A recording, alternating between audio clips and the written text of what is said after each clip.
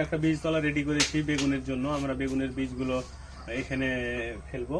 এই হচ্ছে বেগুনের বীজ, এটি হচ্ছে চক্র একটি বেগুনের জাত। আপনারা দেখতে পাচ্ছেন। বীজতলাটা রেডি করতে হবে জৈব সার দিয়ে, কিছু রাসায়নিক সার দিতে হবে।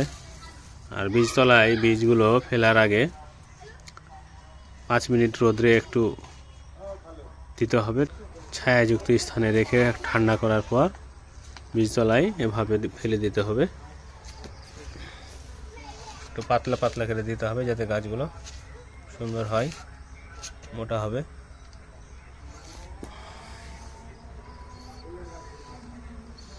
বীজ ফেলা শেষ হলে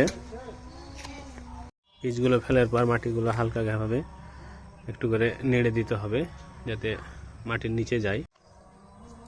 তারপর মাটিগুলো হালকাভাবে বরাবর করে দিতে হবে।